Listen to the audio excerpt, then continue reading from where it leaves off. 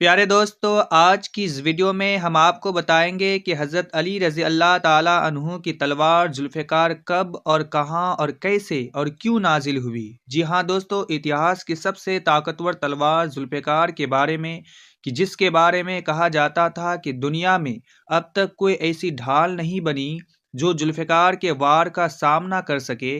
آخر کیا تھی ذوالفقار تلوار کی کہانی؟ کتنی خطرناک اور کتنی جان لیوا تھی ذوالفقار تلوار، اور حضرت علی کے پاس یہ تلوار کہاں سے آئی تھی؟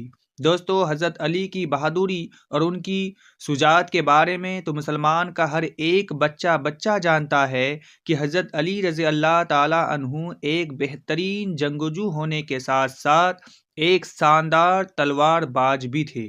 حضرت علی رضی اللہ تعالی عنہ نے اپنی زندگی میں درجنوں جنگیں لڑی، جس میں سے جنگ بدر، جنگ احد، جنگ خیبر جیسے جنگیں لڑی، جن کو جتنا مسلمانوں کے لیے لگ بھگ ناممکن تھا، لیکن دوستو وہ حضرت علی رضی اللہ تعالی عنہ ہی تھے جنہوں نے اس ناممکن سے دیکھنے والے کام کو ممکن کر ڈالا تھا، اور ان جنگوں میں مسلمانوں کو ایک طرفہ جیت دلائی تھی۔ اسلامی اتہاس میں تمام ان واقعہ کا ذکر ملتا ہے جب حضرت شیر خدا نے اسلام کے دشمنوں کو اپنی اس تلوار سے قتل کر دیا تھا۔ اب ایسے میں یہ سوال اٹھتا ہے کہ ذوالفقار تلوار حضرت علی کے پاس کہاں سے آئی؟ لیکن ویڈیو میں آگے بڑھنے سے پہلے اگر آپ ہمارے چینل پر نئے ہیں تو ہماری ویڈیو کو دل سے لائک کر کے چینل کو سبسکرائب ضرور کریں۔ پیارے دوستو، ابو جہل کے بعد قریش کا سردار ابو سفیان کو بنایا گیا۔ یہ بن ام میں سے تھا، تبھی بنو ام اپنے آپ کو اور بھی طاقتور سمجھنے لگا۔ اللہ کے رسول صلی اللہ تعالیٰ علیہ وسلم نے جب اللہ کا دین لوگوں تک پہنچایا تو ابو سفیان اور ان کے ساتھی بار بار اللہ کے رسول کی توہین کرنے لگے کہ قریش کے سردار ہم ہیں اور ہم اس ہاشمی نبی کو تسلیم نہیں کرتے۔ بس یہ بغض قائم ہی تھا کہ انہوں نے اللہ کے رسول کو قتل کرنے کا ارادہ کر لیا۔ اللہ نے اپنے رسول صلی اللہ علیہ وسلم کو حکم دیا کہ وہ ہجرت کر لے، تو بس اللہ کے رسول صلی اللہ علیہ وسلم حکومت سے مکے سے مدینے کی طرف ہجرت کر لی اور اللہ کے دین کو پھیلانے لگے، یہاں تک کہ ابو سفیان نے مکے والوں کو جمع کر کے اللہ کے رسول سے جنگ کی جو بدر کے کنویں کے پاس تھی۔ اس جنگ میں اللہ کی مدد مسلمانوں کے ساتھ تھی اور یوں ابو سفیان اور مکے کے لوگوں کو شکست ہوئی۔ بس بدر کی شکست کے بعد ابو سفیان کی بیوی ہند بدلے کی آگ میں جل جل کے یہ عہد کر بیٹھی کہ میں مسلمانوں کو نیست نابود کر دوں گی، ان کے رسول کو، ان کے ساتھیوں کو ختم کر دوں گی۔ معلوم ہوا کہ میرے باپ قطبہ، میرے بھائی والد اور چاچا سوا کو حضرت علی اور حضرت حمزہ نے قتل کیا ہے۔ بس اس نے یہ ارادہ کیا کہ اگر حمزہ اور علی کو میں ختم کر دوں تو محمد صلی اللہ تعالی علیہ وسلم کی طاقت اپنے آپ ختم ہو جائے گی۔ تو اس نے ایک بھالا پھینکنے والے اپنے غلام، جس کا نشانہ بڑا ہی تیز تھا، اس کو اس شرط میں آزاد کرنے کا حکم دیا کہ اگر تم حمزہ کو مارو گے تو میں تمہیں آزاد بھی کروں گی اور جو تم چاہو گے وہ بھی دوں گی۔ اور ابی سفیان اور خالد بن والد قریش کا بدلہ لینے کے لیے دن رات محنت کرتے رہے، سازش کرتے رہے کہ مسلمانوں کو نیست نابود کرنا ہے، مدینے پر حملہ کرنا ہے۔ بس ٹھیک ایک سال بعد 11 مارچ 625 عیسوی سوال 3 ہجری کو قریش 3000 جنگی پہلوانوں کو اپنی سواریوں پر نیزے، بھالے، تلواریں لے کر مدینے کی طرف روانہ ہوئے۔ اللہ کے رسول صلی اللہ علیہ وسلم کو جیسے ہی یہ خبر ملی تو اللہ کے رسول نے یہ چاہا کہ مدینے میں رہنے والوں کو کوئی تکلیف نہ ہو، تو آپ صلی اللہ علیہ وسلم 1000 کے لشکر کے ساتھ کوہ احد پر آ گئے۔ تبھی اس جنگ کو جنگ احد کہتے ہیں۔ بالآخر 23 مارچ سن 625 عیسوی میں ہفتے کے دن قریش اور مسلمان ایک دوسرے کے مدھ مقابلے آنے لگے۔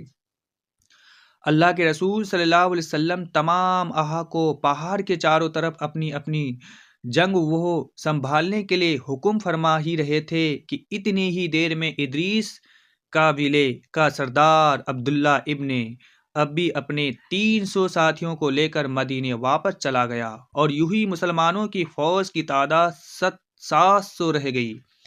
مسلمان لشکر کے مغرب جانب ایک خطری پہاڑ تھی۔ اس پہاڑی پر اللہ کے رسول نے 50 تیرانداز کو وہیں نیتان کر دیا اور فرمایا تھا کہ مسلمان جنگ جیتے یا ہارے لیکن تم کو یہ جگہ نہیں چھوڑنی ہے۔ اگر کوئی بھی صحابی شہید ہو جائے یا غازی ہو جائے لیکن تم کو یہ جگہ نہیں چھوڑنی ہے۔ اسب نے اس بات کو تسلیم کیا، یعنی مان لیا، تاکہ پچھلے طرف سے یہ سپاہی لشکر کا دفاع کر سکے۔ بس جیسے ہی قریش نے مسلمانوں پر حملہ کیا، کہیں حمزہ کی تلوار نکلی تو کہیں علی ابن ابو طالب نے اپنے تلوار سے مشرک کو فنا کر دیا، یعنی ختم کر دیا، یہاں تک کہ قریش بھاگنے لگے اور مسلمان خوش ہونے لگے کہ ہم جنگ بدر کی طرح یہ جنگ بھی جیت چکے ہیں۔ ابو سفیان کی بیوی نے جب اس منظر کو دیکھا تو اپنے غلام کو کہا، تم جنگ کو چھوڑو، صرف حمزہ کو دیکھو۔ یہ کامیابی یا ناکامی سے کوئی ساروں کا نہیں، یعنی کوئی مطلب نہیں ہے، بس مجھے حمزہ کی لاش چاہیے۔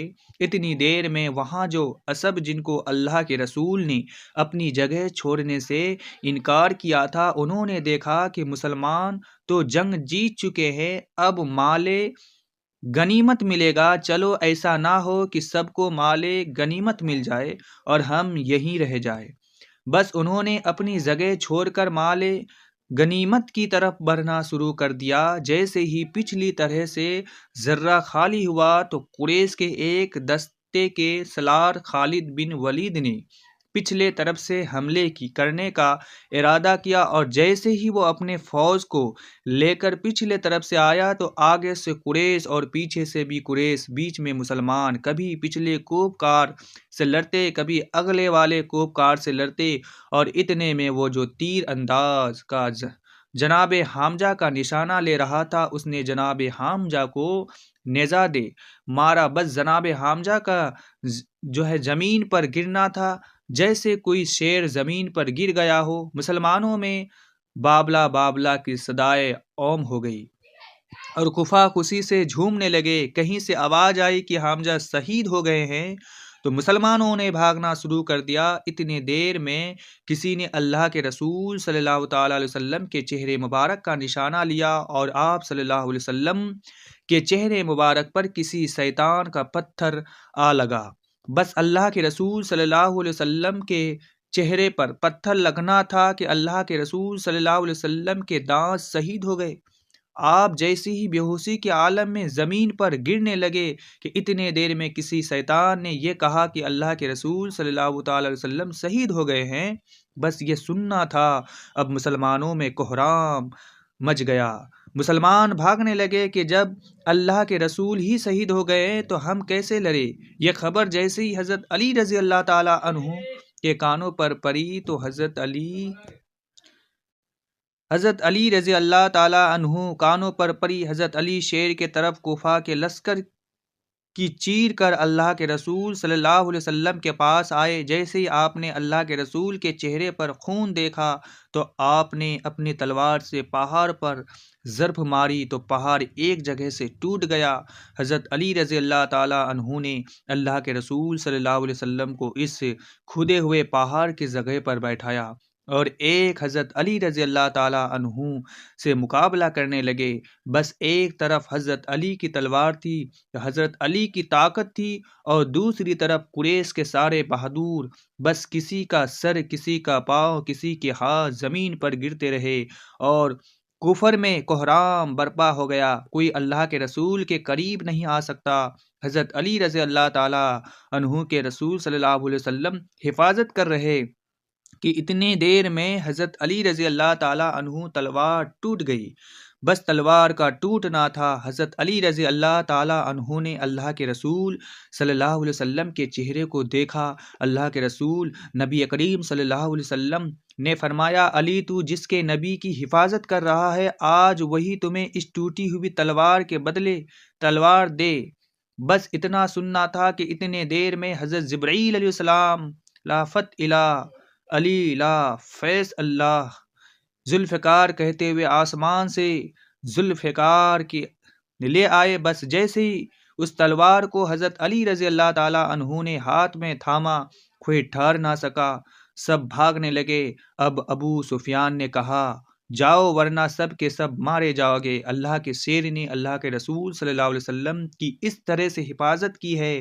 جب کفر بھاگ گئے تو حضرت علی رضی اللہ تعالی عنہ نے اللہ کے رسول صلی اللہ علیہ وسلم کو اپنے ہاتھوں پر بلند کیا اور فرمانے لگے مسلمانوں، آج آپ محمد صلی اللہ علیہ وسلم ہمارے ساتھ ہے۔ بس جیسے یہ آہا نے دور سے اللہ کے رسول صلی اللہ علیہ وسلم کو دیکھا، ان کے چہرے پر بہکنے لگے اور قریب آ کر اللہ اکبر کہنے لگے۔